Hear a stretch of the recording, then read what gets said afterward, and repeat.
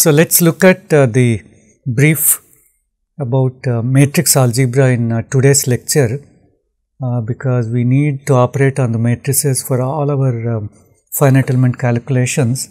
So why do we require to know about this matrix operations? The reason is we are going to come across number of this type of simultaneous equations to solve for the unknowns.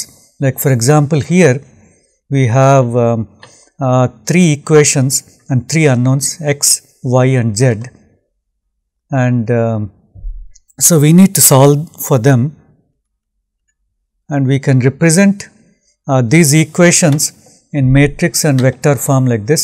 So all the coefficients before x, y and z can be represented as matrix coefficients like this, and this is a vector of unknowns x, y and z. Then the right hand side, these are the known quantities 8, 31 and 45, and we can write this as some matrix K multiplied by x is equal to P, and this x vector can be determined as K inverse of P, that is a product of inverse matrix multiplied by the load vector or P. Okay?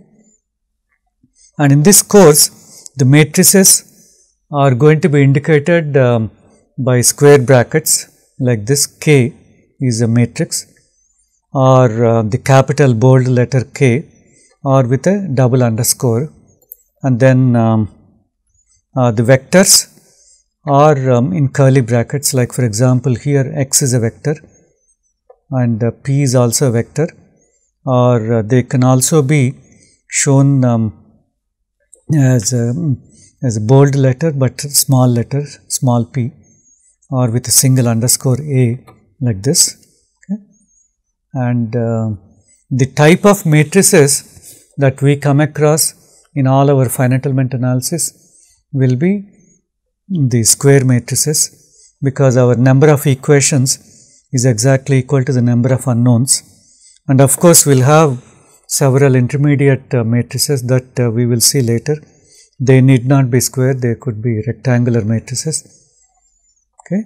And so like this, like for example, here we have a 4 by 4 matrix, 4 rows and 4 columns, K11, K12, K13. The 1 here represents the row number, and then the 1 in the second column represents the column. So when we say K11, it's the element in the first row and first column. Okay, and similarly K24 means the second element in the second row and the fourth column, and so on. Okay, and can we solve for the unknowns if we are given some set of equations? Okay, that also we need to know. Like for example, here I have 2 equations, 2x plus 3y is equal to 10 and 4x plus 6y is equal to 20. We have 2 equations and we have 2 unknowns x and y. Can we solve for them? But then we realize that these 2 are not independent equations. Actually the second equation is linearly proportional to the first equation, so we cannot solve, because we have the thinking capacity. We can say that these 2 are not independent, so we cannot solve for x and y if we are given this set of equations. But then how does a computer program know? Is there a way of knowing whether these equations are independent or not? Okay, that we can say with the rank of a matrix. You know that when you have a square matrix, the rank represents the number of independent rows, and or the determinant. So when you have a matrix, if you calculate the determinant, that also will tell whether all the equations are independent or not. So if the determinant of any matrix is 0, that means that the rank is less than the number of equations that we have. Okay, like and we will not be able to invert that matrix or do anything. And let us see what is matrix addition. See, only the matrices of the same size, that is the same number of rows and same number of columns, can be added and subtracted. So matrix addition is very simple, or subtraction is also the same. Let us say C is equal to A plus B, means that we take individual terms from A and B and add them together to get the terms in the C matrix. Like for example, Cij is equal to Aij plus Bij. See, these are the components added directly together to get our addition matrix Cij, where I is our row and j is the column. Okay. And similarly, we can subtract C is equal to A minus B, and once again we can only operate on the same size of matrices. See, if A and B are matrices having 3 rows and 3 columns, the matrix C also will have the same number of rows, 3 rows and 3 columns. Okay. But then we have another thing called as matrix assembly that we are going to see. See, from smaller matrices we form a big matrix. Like for example, we have a big matrix that is probably representing the entire structure, and in this we have added together smaller matrices may be contributed by each of the elements or each of the components, like this, and this we call as assembly. We are not really adding together one matrix and the other matrix, but we are placing them in the appropriate place within the larger matrix, depending on the assembly that we will see later when we deal with structural analysis. Okay. And we will frequently come across symmetric matrices, and the symmetry is only applicable for square matrices. So the symmetric matrix means Aij term is exactly equal to Aji. So the upper diagonal terms are exactly equal to the corresponding lower diagonal terms. Say A13 will be exactly equal to A31. Okay. And so that's the basic essence of symmetry. But then towards the later part of the course, we will also see matrices that are unsymmetric, and that's unique to geotechnical engineering. Okay, that we will see later. So here is an example of a symmetric matrix. We have a matrix with 5 rows and 5 columns, and you see here 8 and 8, 12, 12, minus 5, 10 and 10 and so on. That is, the upper diagonal terms are exactly equal to the lower diagonal terms, and in a way that reduces our computational effort. If you find if you determine any component in the upper diagonal part, the same thing can be used even for the lower diagonal term. We don't need to compute it once again. Okay. The transpose of a matrix, see, we can obtain the transpose by interchanging the rows and columns, and if we have a matrix A, we can write the transpose as A transpose with a superscript T, and we obtain this by interchanging the rows and columns. Okay. And so for example, if our matrix is like this, the transpose of the matrix will be like this, and this transpose is applicable even for even for rectangular matrices. They don't need to be symmetric or square. Okay. So if you have a matrix with the 2 rows and 4 columns, if you take a transpose, we'll have 4 columns, 4 rows and 2 columns. Okay. So that is the essence of this transposition. And here we have an example. So the first row in this matrix is 10, 5, 6, 9, and when we take a transpose of this, and that first row becomes the first column, second row becomes the second column, third row becomes the third column, and so on. Okay. and sometimes we may end up with diagonal matrices. See, we may have a huge matrix, but only the diagonal terms are non-zero and all the other terms are 0, and that we call as a diagonal matrix, and all half diagonal terms are 0. Aij is 0 for I not equal to 0. Okay, an example for this is like this: all the diagonal terms are non-zero and the half diagonal terms are 0, and this we call as a diagonal matrix. And sometimes we may have to take product of two matrices.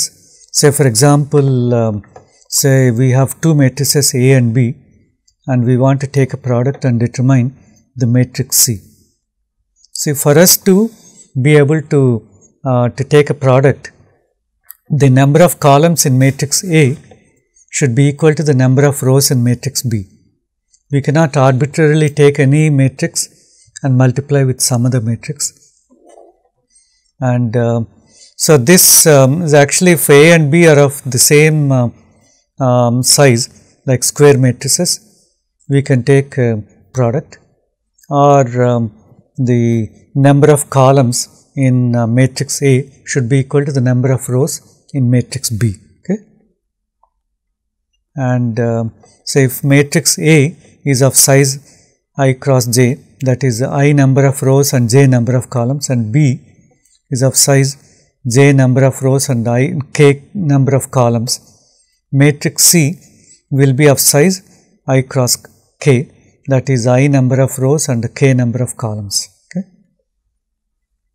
And the elements in this matrix C are determined like this: Cmn, the element in the mth row and nth column in matrix C can be obtained by taking a product of AML times BLN and L varying from 1 to j, where our j is the number of columns in A or the number of rows in B. Okay? So, for example, if you want a C23, your A21 times B12, 22 and then 22 and so on, like we can do the product like this. Okay? And this C is an element in the mth row and nth column, and L varies over the number of columns in A and then the number of rows in B. Okay? And this L is the variable. And let's look at two matrices A and B. A has 2 rows and 3 columns, and B has 3 rows and 2 columns, and the product A and B will result in a matrix of 2 rows and 2 columns, okay, corresponding to 2 rows in matrix A and 2 columns in matrix B. Okay? And the elements in C can be obtained by multiplying the first row and first column, first row and second column, second row, first column, second row, second column, like this. And so this C is a 2 by 2 matrix like this. And sometimes we may have more than 2 matrices. Like say we have matrix D is equal to A, B, C. So how do we multiply? So we have to obviously take 2 matrices at a time and then do the product and then go for the third matrix. And the process starts from right to left or left to right. How do we do? And will we get the same result whether we multiply first matrix A and B and then the resultant we multiply with C, or multiply the 2 matrices B and C first and then the resultant is multiplied with A? So it is if our matrices are not symmetric, we may end up with two different matrices. Like for example, for unsymmetric matrices, if you multiply from left to right or right to left, you might end up with two different results. So we should be consistent, and we always start from the right and go towards the left. And if we have symmetric matrices, it doesn't matter whether we go from left to right or right to left. And luckily for us, we mostly have symmetric matrices, so it doesn't matter whether we do it from right to left or left to right. Okay. So here our computations are done from right to left. B and C are first multiplied, and then the resultant is multiplied with A, okay, to get our resultant matrix B or D. Okay. And we also need to evaluate the inverse of a matrix. See, previously we have seen that Kx is equal to P, and where x is the vector of unknowns, and x can be written as K inverse of P, and for that we require the inverse of that matrix K, and the inverse is defined such that the matrix multiplied by its own inverse is equal to an identity matrix. See, it's an identity matrix is a diagonal matrix with all unit values. So along the diagonal we have only 1, 1, 1, 1, 1 and so on, and all the others are zeros. Okay. And that's called as a diagonal matrix. And only the square matrices will have an inverse. And the determinant of a matrix should be non-zero for it to have an inverse. And we call that type of matrices as non-singular. And if the determinant is 0, we call that as a singular matrix. And so there should not be any rank deficiency. The rank should be equal to the number of rows and columns. That means that all the equations that we have should be independent equations, so that we can solve that system of equations by either inversion or by some other process. So our K inverse we can write as C transpose divided by determinant of K, and this symbol is the determinant. Okay.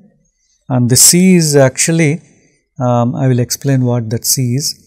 So this mod K is the determinant of the matrix K, and C is the cofactor matrix of K, and that is C transpose. And Cij,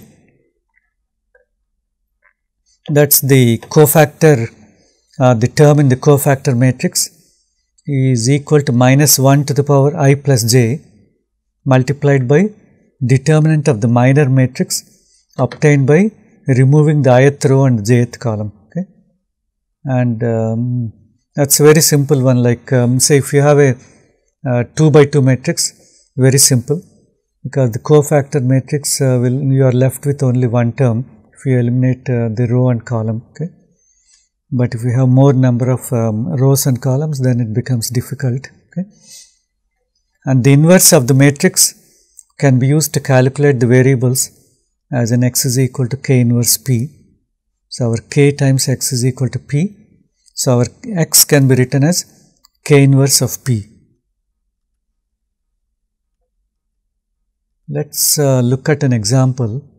Let's solve for the variables x, y and z. We have three equations. X plus y plus z is 6, 2x plus 3y plus z is 11. Then the third equation is x plus 2y plus 4z is 17. And so we need to solve for x, y and z, and we can write this in a matrix and vector form like this. So when we look at this matrix and the right hand side vector, we notice that these three are independent equations.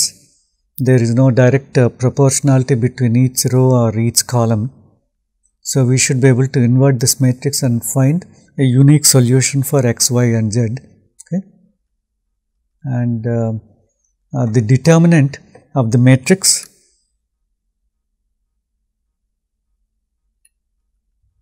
is actually it is we can easily solve it. I hope you know how to find the determinant of this matrix. That will be 1 times the determinant of the smaller matrix and minus 1 times the determinant of the smaller matrix 2, 1 and 1, 4 and plus 1 times the determinant of this smaller 2 by 2 matrix. Okay. And the determinant is minus 1 to the power I plus j, that is we are dealing with the first row and first column, and then 1 plus 2 first row and second column, 1 plus 3 means first row and third column, and the determinant is 4 and that is positive definite. So we will definitely have the inverse of this matrix, and the terms of the cofactor matrix we need to get, and C11 is minus 1 to the power 1 plus 1, that is number of the first row and the first column, multiplied by the determinant of the matrix, the minor matrix obtained by eliminating the first row and first column. Like for example, the minor matrix when we eliminate the first row and first column is 3, 1, 2, 4, and the determinant of this is 3 times 4 minus 2 times 1. Okay. And so that is 10, and then similarly C12, C13, C21 and so on. Totally we have 9 quantities C33. Okay. So these are all the terms in the cofactor matrix. Then the cofactor matrix C is this, and the transpose of this is this.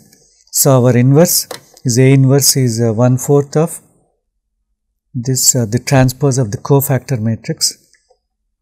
And so if you want to know whether this inverse is correctly calculated or not, we can find out by taking a product of A and A inverse. And if we have done the calculations correctly, we should get diagonal unit matrix. We can either take A times A inverse or A inverse times A. Both will end up with unit diagonal matrix. Okay. So the check on the answer is matrix multiplied by this inverse is exactly equal to a unit diagonal matrix. Okay. So that means that our inverse is correct. So now we can solve for the 3 unknowns x, y, z as this matrix multiplied by the right hand side vector 6, 11 and 17, and the value is 1, 2, 3. Okay. X is 1, y is 2 and z is 3. Okay. So actually this matrix inversion is a good procedure, no doubt. We can solve for the unknowns by doing this. X is equal to A inverse times the right hand side vector P. Okay. So here we can get the variables x is equal to K inverse P. Okay, that's the purpose of finding the inverse matrix. So we can find the 3 values x, y, z as 1, 2, 3. Okay, and actually if you look back, obtaining the inverse of a matrix is too complicated and it's very, very computationally intensive. So for a 3 by 3 matrix it was very simple, but let's say I give you a 10 by 10 matrix. What do we do? So if we eliminate 1 row and 1 column, you are left with 9 rows, and then you have to split that so many times to get to our 2 by 2 matrix, so that we can find the determinant. So it is not easy, it is not very simple, and the calculations are too tedious and too many. And so there are different methods for finding the coefficients x, y, z, and there are several varieties.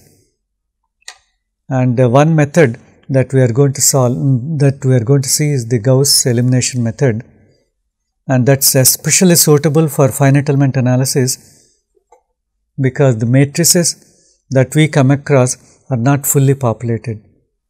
They are highly banded.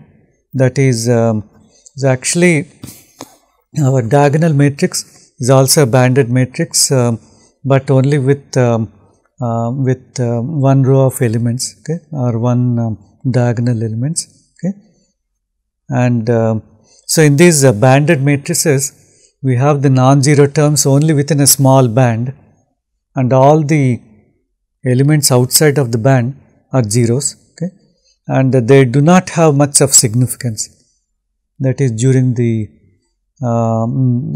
our computations, these zeros will remain like zeros, okay. And a banded matrix is like this, and these banded matrices, they have non-zero terms only within a band close to the diagonal, and the size of the band can be estimated beforehand based on the structure and then the node numbering that we assign. We can determine the size of the band, and these matrices we can treat them differently for obtaining the solutions instead of our brute method like the inversion method, okay. Say a banded matrix may look something like this. So within this red band, we have all the x's, they have some non-zero values, and then we have zeros all beyond your banded matrix. And what we are going to do is when we calculate the stiffness matrix of any structure, we are not going to evaluate all the elements. Say for example, if you have a 100 by 100 element, 100 by 100 matrix, 100 times 100 means 10,000. So this matrix will have 10,000 elements, but only say some 2 or 3,000 of them could be non-zero and could be within this band. So what we do is, instead of storing all the 10,000, we will be operating only on the values within this band. And the other thing that we need to notice is that our matrices are symmetric. So whatever you have in the upper diagonal, all the upper diagonal terms are also equal to the lower diagonal terms. So we efficiently save only a small part of the matrix. So if you have a 100 by 100 matrix, maybe the size of your stiffness matrix could be just hardly 1500 to 2000, depending on the type of connections that we have, okay. And say one good method that we can use is the Gauss elimination method, and this is especially suitable for the type of matrices that we come across which are highly banded. And there are two steps in this Gauss elimination procedure. The first one is the triangulation. We make the entire system as an upper diagonal matrix by doing some manipulations, systematic manipulations. Then once we convert our matrix into an upper diagonal matrix, then we back substitute. That is, we determine the values of the variables starting from the last value, okay. Because in the bottommost row we'll have only one value and one unknown, okay, and we determine that and then go backwards. So it is called as a back substitution. I will explain it in more detail. So we do some manipulations or arithmetic operations on both the left hand side and also on the right hand side to convert the matrix into an upper diagonal matrix, and by eliminating let us say x1 from all the equations 2 to n. Like for example, x1 is the first variable that we have, and we eliminate that from row 2 to till the last one in the first column, okay, and x1 is the value in the first column, and x2 is the value in the second column, and so on. So in the second column we eliminate all the x2 from row 3 to n. N is the total number of equations that we have, okay, until our matrix becomes an upper diagonal matrix. And in the process of making the lower diagonal terms 0, our matrix should not become 0. None of the diagonal terms in our matrix should become 0. Okay, and if any of the diagonal terms becomes 0, then there is no solution, there is no unique solution, and we cannot find any values for the variables that we have. Okay, and a matrix with a 0 diagonal term, we call it as a singular matrix, and we cannot invert, or we cannot even find the determinant of that type of matrix. Okay. So the bottommost row of the system after triangulation will have only one unknown, and the row above will have two unknowns, and above that will have three unknowns, and so on. And we start the back substitution by determining the last value, okay, because we have only one unknown in that last equation. We can solve it and then go for the upper rows and so on. Okay. So for example, say we have four unknowns, x1, x2, x3 and x4. On the right hand side we have p1, p2, p3, p4.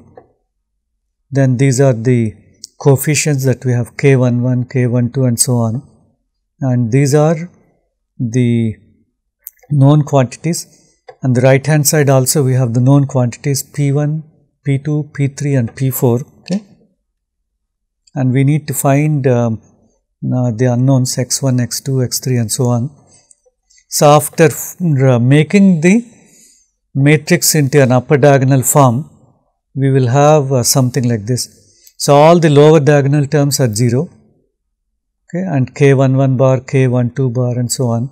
The right hand side we have p1 bar, p2 bar, p3 bar, because actually I put a bar because these are not the same as what we had in the earlier matrix, and this p1 bar need not be equal to p1. Okay. So from the last equation that we have, x4 can be determined as p4 bar by k44 bar. Okay. And then the third equation, say, let me just see, sorry, I think I cannot draw it. Oops. Okay, I think I'll just show with this mouse pointer. So x4 can be written as p4 bar by k44 bar, and once we get x4, the equation above this will be k33 times x3 plus k34 times x4 is p3, and so we can get x3 as p3 bar minus k bar 34 times x4 divided by k33 bar and so on, okay, x2 and so on. We continue until all our unknowns are determined. Okay. And the advantage is because our stiffness matrices are banded, and most of the terms are away from the diagonal or anyway 0. So we do not do any operations to turn them as 0. Okay. And these zeros, they need not be operated upon to convert the matrix into an upper diagonal matrix. And these 0 terms, they remain as zeros during the Gauss elimination process. So actually we intelligently use this nature of the banded matrix, and we do not store the terms outside of the of the band or do any operations, and this will reduce our storage requirements and then the computational efforts. Okay. So let's take three equations with the three unknowns x1, x2 and x3, and solve for x1, x2, x3. Okay. And one method is by inverting, and A inverse is this. Okay. And the x values are inverted matrix multiplied by the right hand side vector. So that is x1 is 3, x2 is 5 and x3 is 8. Okay. And let's solve the simultaneous equations by Gauss elimination method. Let's take the same set of equations. Okay. And so our procedure is to gradually turn all the lower diagonal terms to zeros. We first turn the terms in the lower diagonal in the first column as zeros, and then in the second column as 0, and then the third column, anyway it is the third column is the diagonal term, that we don't make it as 0. Okay. And our object is to first convert this k21 as 0. So for doing that, we can find the coefficient as k21 divided by k11. Okay. In this particular case, it is 2 by 5, that is equal to 0.4. Then the next step is multiplied by the this coefficient with all the terms in the first row and subtract from the corresponding rows in the second row. Okay. So for example, we have determined this coefficient as 2 by 5. K21 will be K21 minus 5 multiplied by this coefficient 2 by 5, that is 0, and K22 is 6 minus 1 times 2 by 5. Okay. So that is 5.6. Then K23 is 8 minus 3 times 2 by 5. Okay. And that will be 6.8. Okay. So K23 is also 0, and P2, the modified right hand side vector, is 100 minus 44 times 2 by 5. Okay, that is equal to 82.5. Okay. And then for eliminating this K13, we go through the same process. So we take this 3 by 5, that is our coefficient. We multiply all the terms in the first row and subtract them from the third row, okay, to get our K31 as 0, K32, K33, and P3 is previously we changed that as 109, okay, and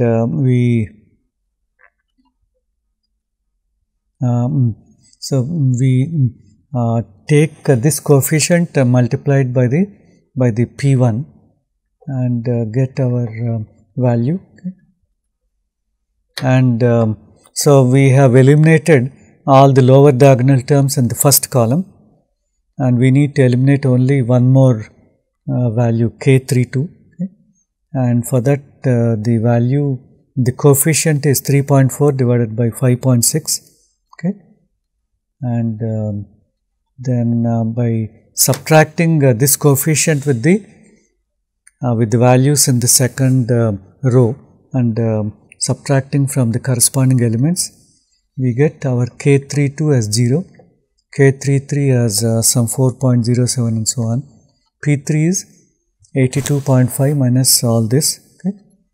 And so this is the upper diagonal matrix that we have, and the right hand side vector, and then by back substituting we can get x3 as 32.57143 divided by this, and that is approximately equal to 8, almost equal to 8, but because of round off errors we are getting this as 7.999. Okay, and our x2 can be determined because we have the x3. So 5.6 times x2 plus 6.8 times x3 is equal to 82.4. Okay. So our x2 is 82.4 minus 6.8 times x3, that is evaluated here, divided by 5.6. Okay. So our x3, x2 and x1 we can determine. Okay. And here, or even in the matrix inversion procedure, the accuracy of the solution depends on the round off errors. So round off errors is, let's say I write this 4.07 so on as 4.1, and the P3 we write it as 32.6 instead of 32.57, then that we call as rounding off, and if you round off then our solution may not be accurate. Okay.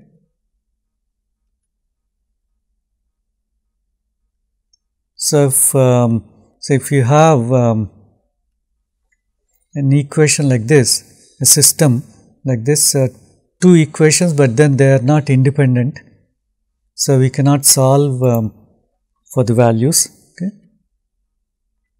And so if you do this, say in the process of Gauss elimination, this K22, that is 8, will become 0. So hence we cannot solve the system of equations that we have. Okay. And so that's what we call as a singular matrix or rank deficient matrix. Okay. So let's say I give you these two matrices, and what is the determinant of these matrices? It's a 3 by 3 matrix, and the usual procedure for determining the determinant you know, but in this particular case, if you observe the third row and second row, they are proportional to each other. So I can get the third row by taking product of this row by 2.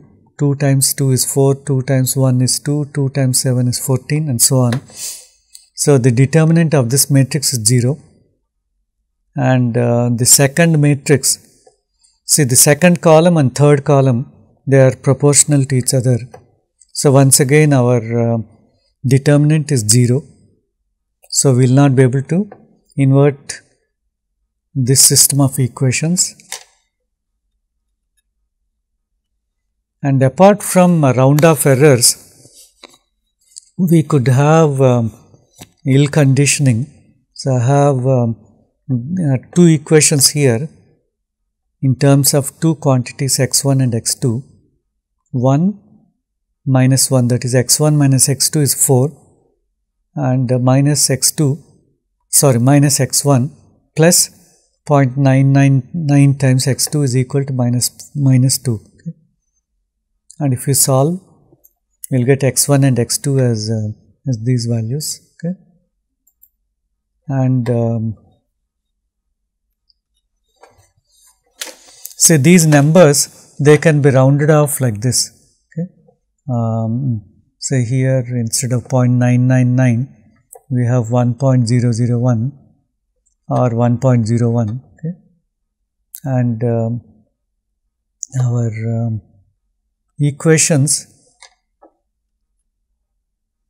can be solved, and we get if you solve the first set of equations, you get x1 of minus 1996 and x2 as minus 2000, whereas from the third set, x1 is 204 and x2 is 200.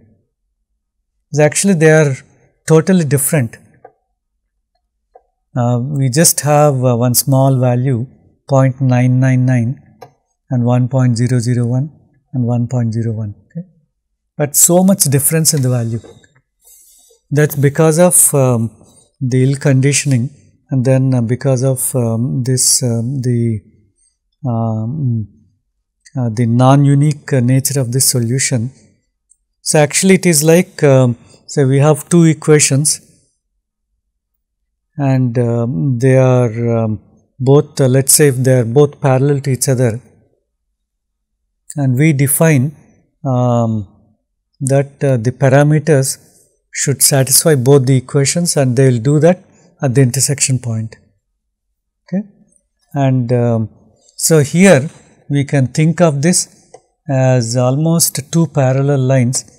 They will intersect with each other at a very, very large distance, whereas in this case also they meet at a very large distance, whereas the third equation, they both of these lines, they have an intersection at some reasonable point x1 and x2 like this.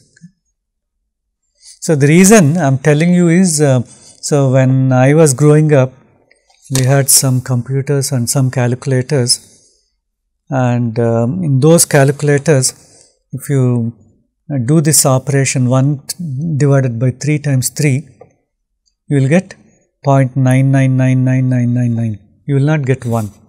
So in the modern calculators we get 1, but you will not believe this was the solution that we used to get when we were growing up. And so that means that depending on the number of decimal places that we are working with, our solution might completely change. Okay, so it is best to use all our calculations in double precision, say 64-bit calculations. That is, we have more number of decimal places in our calculations. Okay, that's the only way to get accurate solutions in finite element analysis, because all our calculations, they involve number of these matrices. We have to invert them, or we have to do some arithmetic manipulations to determine these values. And at each stage, if we go on rounding off, then at the end you might get entirely different result. Okay? So we should be careful in all our computations. Okay? So that's a brief introduction to matrix methods, and let me just summarize. We have seen the different types of matrices, the square matrix, symmetric matrix, and then the transpose of a matrix, then operations on the matrices, addition, subtraction, multiplication, and then solution of simultaneous equations by either taking the inverse of that matrix or by Gauss elimination method. And between these two, the Gauss elimination method is more optimal, especially in the context of finite element analysis, because all the matrices that we have, they are highly banded. Just around the diagonal term we have some non-zero terms, and beyond that we have all zero terms that we do not need to either store or do any operations. Okay? So that's a brief introduction to matrix algebra, and if you have any questions, please send email to me at this address, profkrg@gmail.com, and I will be able to respond back. And we'll have some tutorial problems later, and please try to attempt all these problems and make sure that you understand all these matrix operations, because when we are discussing or when we are doing the finite element calculations, we need to do all these things like the matrix products, inversion or Gauss elimination, and determining the displacements and so on. Okay? So thank you very much. We'll meet in the next class.